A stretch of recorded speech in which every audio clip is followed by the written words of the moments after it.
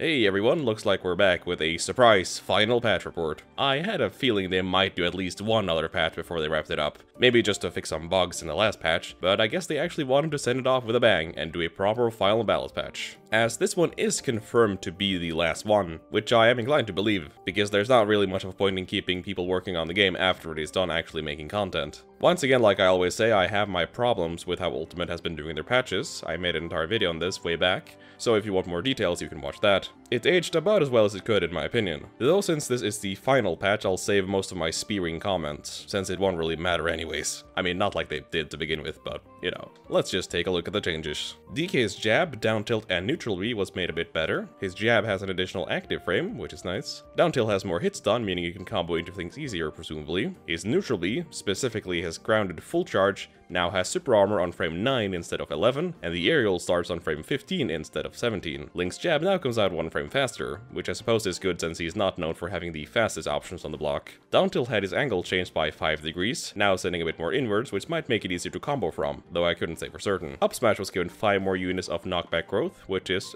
fairly substantial, making the move kill a few percent earlier on average. Peach and Daisy will now grab the ledge easier after a side B. I guess this is in terms of what frame they can grab it on or how much range it has now. Ice Climber's dash attack was made to come out a bit faster, their down smash now has 5 more units of knockback, and up B is also a bit faster and apparently grabbed the ledge faster as well. Not really what I think Ice Climber is needed, but at this point it's not really like I expect them to target the vital flaws characters like these have, so, you know, I guess they'll just take what they can get. Falco's dash attack is stronger, dealing more damage, but had his knockback compensated to not kill earlier. His F smash was also changed, so on the 2 first frames the hitboxes were moved a bit forward. Mewtwo's F tilt is 1% stronger across the 3 hitboxes. In addition, his forward throw projectiles now deal 1.4 instead of 2%. Again, I just have to bring up the question of what this is supposed to accomplish. Like, this is so non-consequential in the grand scheme of things. Meta Knight had a few changes. The first 2 hits of his back air and forward air deal 0.5% more damage. Not really making the move kill that much earlier since it's not the actual launcher that were buffed. Up throw has a bit more knockback growth, making it kill a bit earlier. Up smash had one of their hitboxes made a bit bigger to catch opponents easier, and they also made it so the move no longer has a chance to trip,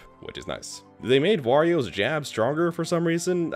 I mean, I really don't get why they felt the need to do this, but I mean, at least it was just one of his already kind of bad moves to begin with that are just now marginally better, having less lag and dealing a bit more damage. Ike's jab 3 now deals 2% more, going from 5 to 7%, which is actually quite a bit and will make it KO notably earlier. His sweet spot of up smash was given a bit more knockback, though again not by an amount that actually really matters, getting 4 more units of knockback growth, at the expense of 1 unit of base knockback. The grounded version of side B was also made a bit stronger, with its base damage being increased by 3%, which is pretty noticeable, although grounded side B is not exactly the greatest move ever. Mega Man's dash attack now comes out a bit faster and has more knockback on the final hit. Down smash had their hitboxes made a bit bigger on both sides, making them cover more area close to Mega Man. This is how it looks now compared to the old version. Side B also now deals 1.5% instead of 1% when it explodes. Rosalina had something changed about Luma for like legit the 6th time in one of these patches. This time they essentially made it so Luma gets launched less far when getting hit, making it able to hang around longer. Aside from that, her down smash was made notably bigger on the first part of the move, the visual you can see right here.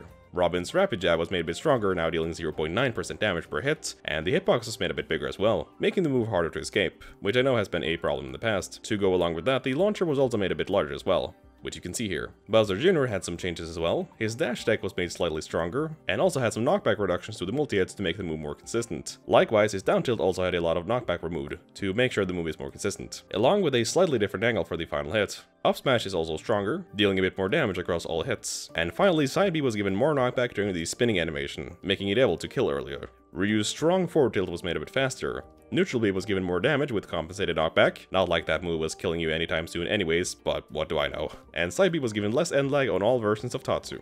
Now for a very strange buff, Cloud's finishing touch was made notably faster, meaning you can actually combo into it as certain percentages now. Why on earth they felt the need to buff Cloud once again despite him being quite well off as it is beyond me, but yeah, that's the only change. In the air it's not as fast, but it is still faster than before. Speaking of characters that absolutely did not need to be buffed, we have Inkling, who received the most buffs out of all the characters in this patch. Because, you know, everybody knows Inkling is in desperate need of improvement and is not already considered to be a very strong character. Anyhow, their ink reload now has less lag when coming out of the ink. Forward tilt was given an extra 1% damage, because, you know, why not? Their up tilt was given an additional hitbox to make sure the move would connect better. F Smash's sweet spot hitbox was moved a bit to make it easier to connect, which is just lovely because it'll make side B to F Smash easier to hit, which just makes me a bit sad. And finally neutral B was given another active frame of paint being shot, meaning it can reach a bit further. Again, these are not really that great buffs, but just the fact that they wanted to buff an already solid character is just so dumb. Like, come on, there are so many other characters that could use marginal, unfocused, redundant buffs, not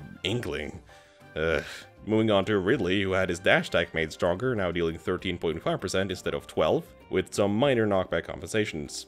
That is the only change. I mean, sure, why not? Just feels so random to have one minor change like this. Piranha Plant's F-tilt now deals a bit more knockback on the final hit. Down tilt has an extra active frame and a bit more end lag. The spike hitbox on downer has an extra frame where it's active, meaning it spikes for a longer period of time. Down B is now faster, you can use the actual lunge part of the move 2 frames faster, and it also has an additional frame of armor. Now for some actual nerfs, we have Min Min, who got hit pretty hard across the board. Her shield damage for all her R moves have been significantly reduced, meaning they no longer will be so oppressive to shields. On top of that, her neutral air was given 2 more frames of landing lag, which is actually pretty noticeable. These changes were honestly quite warranted, and quite good in my opinion. I'm in the camp alongside many others, so think Min Min is, well, not exactly my favorite character in the game. So these nerfs are probably going to make her less obnoxious. Honestly, I still think she is going to be pretty good after this. But just the fact that she did get nerfed will probably deter people from playing her even if she is still pretty good. This happened with like every top tier character that has been nerfed at some point. And then time goes on and people realize that the character is still actually kind of busted. It's not the first time, but, well, it might just be the last. Steve's up smash had one of his hitboxes adjusted to make it trap people inside it less, having its fixed knockback reduced by half. I don't know exactly why this was changed, but I think it had to do something with some kind of elaborate combo using block cancelling or something. Either way, this does not really matter that much. Pyra's side B was given 4 more frames of end lag, making the move slightly less awful, I guess. But I mean, it honestly is still a contender for my least favorite move in all of Smash history. I really don't like this move, so I'm honestly quite happy with anything. But it would probably be for the best if they just actually removed it. Mithras F Smash was made a bit weaker, having its knockback growth reduced by 3 units, which is really not a lot, to be honest. Like, why did they even bother doing this? But I mean, I'm not the biggest fan of Pyra and Mithras, so I guess I'll take it. Those 2 were the only 2 changes to Aegis, which just kind of makes me wonder why they bothered touching them at all, since this is like not at all what people have problems with these characters. Feels like they did this just so they could say that they nerfed them, without actually making any relevant changes to the characters. Either way, that is it for Smash Ultimate's patches. Like I said last time, this was an interesting road in many ways, although one that I feel lacked a lot of actual direction. All the way to the end, it was just a seemingly random assortment of changes to seemingly random characters. I never got the feeling that they were truly trying to accomplish anything in particular with making any of these changes. Almost none of these changes complemented the characters well, and truly as we see now, really never helped them be any better in reality. None of the characters buffed in bygone patches are really that much better because of it. Maybe I will revisit the topic of these patches as a whole at some point in the future, now that everything is on the table, but I really do feel like I said all that needed to be said in the Ultimate Needs Better Patches video. Like, it turned out pretty much exactly the way I expected it to. As for the current balance of the game, I do still think it's good, and this is a nice place to leave the meta off, so it can grow and develop uninterrupted. While there were certainly a lot of changes I really wish they would have gotten on, such as fixing a ton of characters' shields, the buffer system, all the random jank with a lot of hitboxes, and of course actually nerfing that yellow rat, though despite that I do feel like this is a good place to leave the game off. So, one final time, thank you for watching this patch report. Who knows when the next one will be, but I can only guess it's going to be a very long time for now. So, until that time, thank you for watching.